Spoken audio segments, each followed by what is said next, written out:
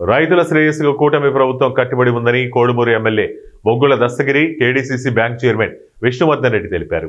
కోడుమూరు మండల పరిధిలోని గార్గేయపురం గ్రామంలో సుపరిపాలనలో తొలి అడుగు కార్యక్రమం నిర్వహించి ఇంటింటికి వెళ్లి ప్రజల సమస్యలను అడిగి తెలుసుకున్నారు.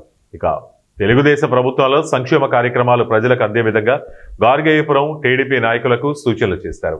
అనంతరం గార్గేయపురం శివారులోని హంద్రీ నదికి నీటి విడుదల చేయడంతో జలహారతి నిర్వహించి ఈ సందర్భంగా వారు మాట్లాడుతూ హంద్రీనీవా సుజల స్రవంతి ప్రాజెక్టును 1996 మార్చి 11న ఉమ్మడి ఆంధ్రప్రదేశ్ ముఖ్యమంత్రి నారా చంద్రబాబు నాయుడు ప్రారంభించారు.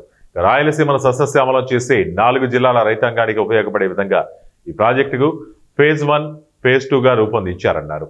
టీడీపీ ప్రభుత్వంలోనే హంద్రీనీవాకు 11,535 కోట్ల వరకు ఖర్చు చేశారన్నారు. అంతేకాక హంద్రీనీవా కాలువ విస్తీర్ణ పనులను 10 మీటర్ల నుంచి 16.5 మీటర్ల వెడల్పు చేశారు. 40 టీఎంసీల నీరును తరలించే విధంగా చర్యలు తీసుకున్నారు.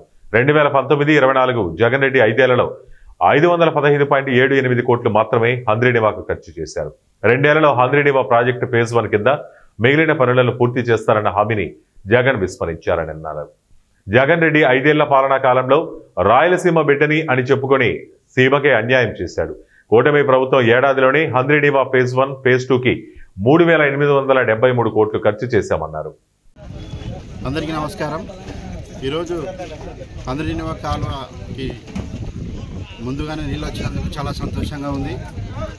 ఇక్కడ విచ్చేసినటువంటి కేడీసీసీ బ్యాంక్ చైర్మన్ అయినటువంటి విష్ణువర్ధన్ రెడ్డి సార్ గారికి, అబ్జర్వర్ అయినటువంటి రామలింగేశ్వర గారికి, గార్గేయపురం ఇక్కడ విచ్చేసినటువంటి మా యొక్క టీడీపీ లీడర్లకి ధన్యవాదాలు తెలియజేస్తున్నాను.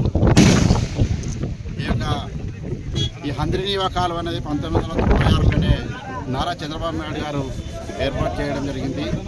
దీనికి ఫేజ్ 1, ఫేజ్ 2 అన్ని 2 ఏర్పాటు చేశారు. ఫేజ్ 1 కింద వచ్చేసి 1,98,000 ఎకరాలకి నీరు అందించడం జరుగుతుంది. అలాగే ఫేజ్ 2 కింద 4,04,000 ఎకరాలకు నీళ్లు అందించడం జరుగుతుంది. అలాగే ఇప్పుడు మా గవర్నమెంట్ వచ్చిన తర్వాత 3,800 కోట్లతో ఈ యొక్క విస్తీర్ణాన్ని పెంచి 10 మీటర్లు ఉన్న హంద్రీనీవాని 16 మీటర్లు 0.5కి పెంచడం జరిగింది.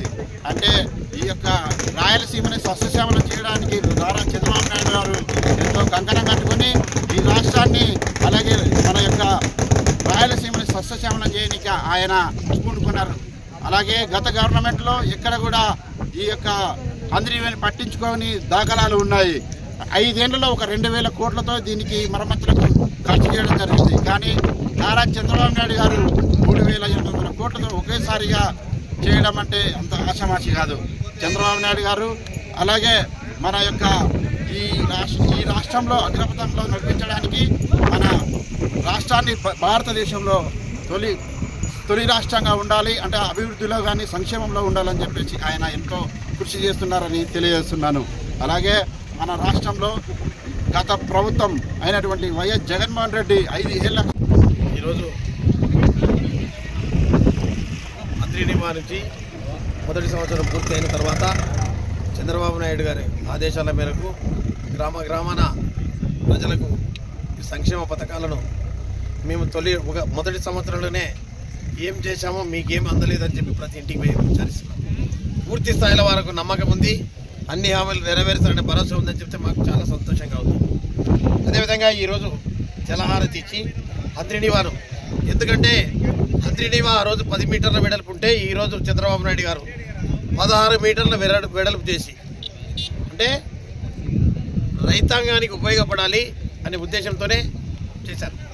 1996లో ఉమ్మడి రాష్ట్రం ఉన్నప్పుడు ఆ రోజు దీన్ని స్టార్ట్ చేయడం జరిగింది. ఏది హంద్రీనీవా ప్రాజెక్టు మొదలు పెట్టిన సంవత్సరమే నారా చంద్రబాబు నాయుడు గారు దాదాపు 80% పనులు ఆ రోజు పూర్తి చేశాడు. పూర్తి చేసిన తర్వాత జగన్మోహన్ రెడ్డి గారు వచ్చారు. జగన్మోహన్ రెడ్డి గారు వచ్చి ఈ ప్రాజెక్టు కేవలం 500 రూపాయల మాత్రమే డబ్బు ఖర్చు పెట్టాడు. అంటే ఎక్కడ కూడా సక్రమంగా నీటిని తీసుకోలేకపోయాడు. ఈరోజు కుప్పం వరకు నీళ్ళు పోవాలనుకున్నప్పుడు, ప్రతి చోట భూగర్భ జలాలు పెరగాలనుకున్నప్పుడు ఈ 10 మీటర్ల నుంచి 16 మీటర్లకు వెడల్పు చేసి చెరువులకు కూడా అనుసంధానం చేసి రాయలసీమలో కరువు అనేది లేకుండా చేస్తున్నటువంటి ఘనత చంద్రబాబు నాయుడు గారు దక్కుతుందనేది మీకు అందరికీ బాగా తెలిసినటువంటి విషయమే.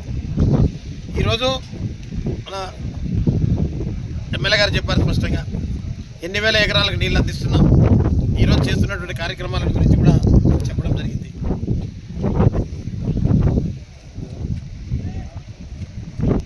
కింద కూడా